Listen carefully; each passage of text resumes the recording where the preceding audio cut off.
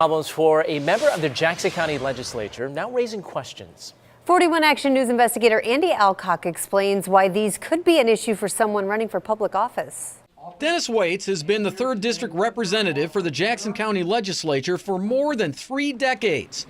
30-plus years of making spending decisions with Jackson County tax dollars. But records show Waits has a history of not paying his taxes on time. An attorney by trade, Waits was last re-elected in 2014.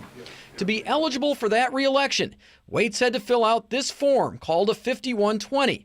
It says in part, "I hereby declare under penalties of perjury that I am not currently aware of any delinquency in the filing or payment of any state income taxes." Waits signed the document on February 25, 2014. But this April 2016 tax lien shows Waits has failed to pay withholding taxes for his employees at his law firm in both 2012 and 2015 and owed more than $3,000 at that time. A lien is a legal claim used to make sure a debt is paid.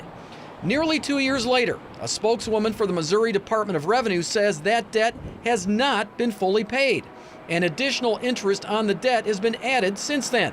She says multiple notices are sent out to taxpayers about owing money before a lien is placed.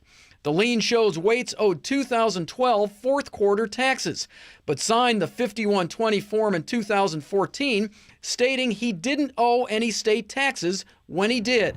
Missouri law says you can't run for office if you owe unpaid taxes. We asked Waits about it at his law office. Why haven't you paid your state taxes on time? Well, I think the state taxes are paid. But they're not paid. You paid your taxes? As far as I know. He did a few different times after liens were placed against him by both the state of Missouri and the federal government. In 2013, the federal government released Waits from a tax lien covering a 1.5-year period after he paid nearly $27,000. Court records show Waits' failure to pay taxes on time goes all the way back to 1991. After we first spoke to Waits on Tuesday, he said he'd get back to us after he checked to see if he had paid his taxes. We followed up with multiple emails, phone calls, and a second visit to his office today. So far, we haven't heard from him. Waits recently supported an effort to have Jackson County Executive Frank White investigated for similar tax issues. I'm investigator Andy Alcock, 41 Action News.